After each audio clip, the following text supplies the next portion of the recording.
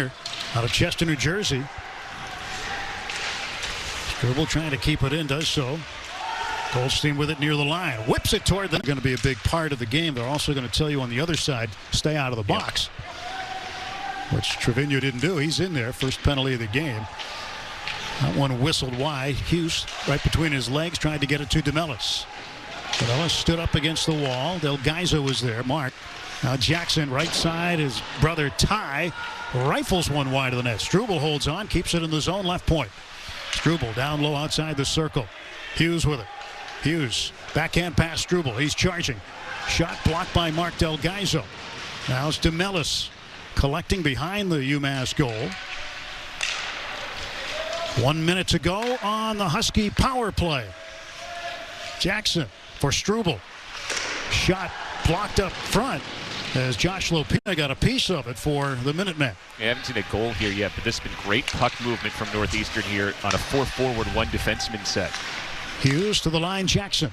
Jackson back for Hughes. Hughes glides along the line. Colin a man open. It's McDonough in the slot. Keefe the block. He is still down, feeling the effects of it. And another shot from the slot. It's a goal as Harris lights the lamp for the first time tonight. Jordan Harris, his 3rd goal of the season, and it's 1-0 Northeastern. That was a rocket from Harris. Boy, Keefe gave a great effort, blocked 2 shots, but then he was still down, so really turned right back into a power play. Huskies took advantage, moving the puck well, setting up Harris to step into that slap shot, and the Montreal Canadiens draft pick has a howitzer from out there, ripping it right past Murray into the top corner. But then that kind of occupied that puck space and that ice space so that another UMass defender wasn't able to get up there and flood pressure to Harris. Northeastern scoring first when they've done that this year. It's been 4 times they've done it. They're unbeaten. They're 2-0-2. Northeastern trying to get it out of their own zone and start some sort of a rush. Laganoff tried to reach for that one. Too far for him. Struble cross ice steps in. Harris looks to break up the play in the corner. Hughes chasing after the loose puck, and he'll send it down. The bounce came out to Solo in the corner, and there's a lot of space in front. It was kind of a broken play, but I saw Solo grab the puck and just try to take the space that was there. You know, 2 good teams, special teams always become so important. How do you guys avoid staying out of the penalty box here? You kind of got in that rut, being shorthanded most of the end of that period. Yeah, whenever you can stay out the box, I mean, it's huge, especially with a team like Amherst who has a good power play. And our power play ourselves is huge for us, so we really try to stay out of the box, and it's something we put a lot of emphasis on. Well, good luck here, second period. Thanks for joining us. And years ago, and that's revolutionized the way that game has been played and really put an emphasis on being, you know, more within the rules as a face-off man. And I think it's going to have the same effect here because that penalty for a face-off violation really stings. Fontaine, one-time shot, hit the post, and it's cleared out to the side. McDonough with it for the Northeastern. All right, Gunnerwolf Fontaine with it. Curls the draw. Anthony Del Gaizo will crisscross toward the blue line, but Harris there to play him defensively, gains it back. Hands the puck to Jerry Harding. Harding behind the net, looking for some room. He is bumped hard by Harris. Harris, the Northeastern goal scorer. And Carson Kusevich credited with Northeastern wins the draw. Harris from the circle, snaps one in, turned aside by Murray. McDonough sent down by Felix. Felix is able to shovel it all the way down into the Northeastern zone, killing off some penalty time. 1:44 remaining on it early in the power play. Trevino on the forecheck along with Laganoff. Puck is nearly given away. Laganoff sends it back in. Oh, a dangerous play, though, back for Northeastern in their own zone. It was, and some good forecheck pressure from Laganoff. It wasn't just token pressure. He was applying some serious pressure to the puck handlers. And Harris spun around by Zach Jones. Battle for the loose puck solo for McDonough. McDonough gets it up high. Fontaine lets it go, and that's high.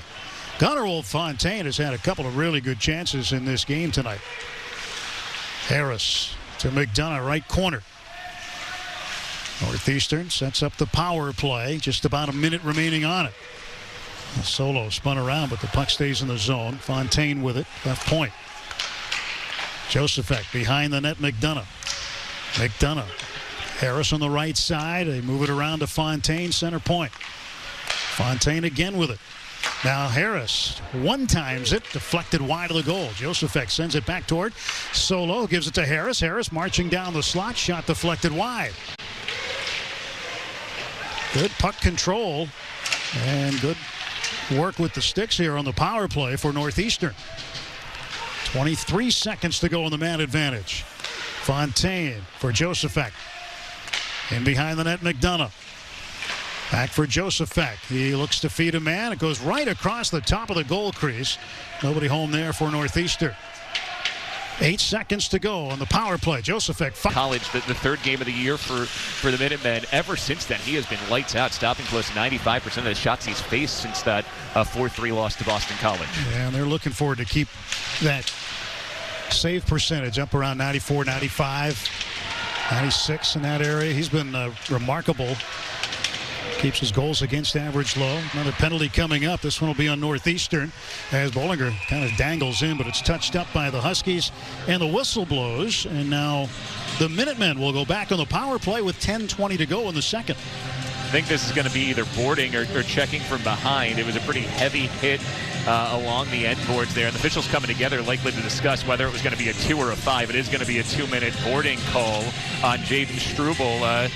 You see that the numbers, you got to, let's take a look here. As Struble trying to recover as the puck goes into the corner. It's going to be a little bit further on here as the puck ends up trickling down to the corner. It was centers Lopina. Now for Wait, checked by Harris. And a quick shot, score!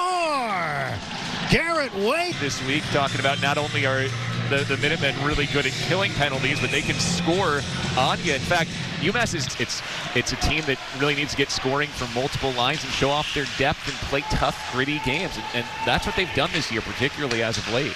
Jackson to the right circle goes to his brother. It's Ty Jackson, now Dylan Jackson. Off to Struble.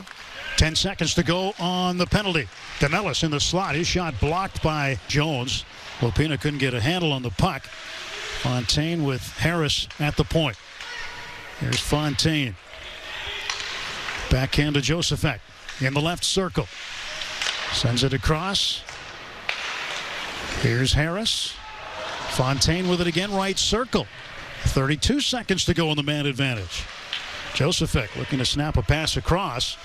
He does so off the skate of Harris. Harris in deep. McDonough back out to the point. This one sent toward the goal. Rebound kicked aside. Josefek, third period. UMass leading 2-1. UMass coming off a 4-0 shutout in Durham against the Wildcats of New Hampshire Wednesday. Northeastern was idle midweek. But they played UVM in Burlington last weekend. Came away with 5 of 6 possible points. Fontaine. Right through the legs of Kefuk. Nifty move, but Kefuk ends really what that glove's made for. But, but it worked. Whatever it takes. Harris winds, fires, score! Jordan Harris gives Northeastern the lead on a rocket. His second goal of the game. And the Huskies now with a 1-goal lead. Jordan Harris just pounded that one home.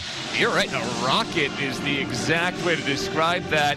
Blasted it through, and that may be one that Murray wants back. There wasn't a screen there. It was not deflected on the way through. It was a rocket. It was right toward the corner, but just beat him low glove side with the howitzer from a guy who I think is going to make Montreal Canadiens fans very excited at the next level. He's shown that all-around offensive and defensive game that you need to have to be a solid NHL blue liner at this point.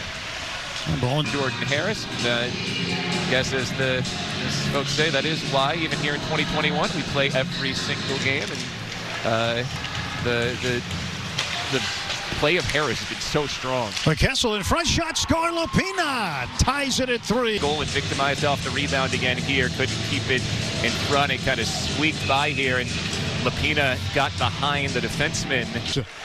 Struble stepping into the zone, trying to sidestep Felix.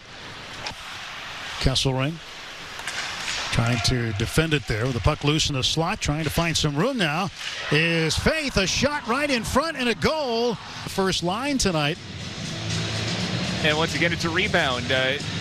Rolled underneath Murphy's side, and I think a big adjustment north. There have been way too many times that there's been a Minuteman player unmarked in front of goal to be there to get the first crack at the rebound. You know, you're not going to get it. Waganoff on the forecheck along with Harding, but Struble skates by him. 1 minute 30 seconds to go in the third period. It's a one-goal lead.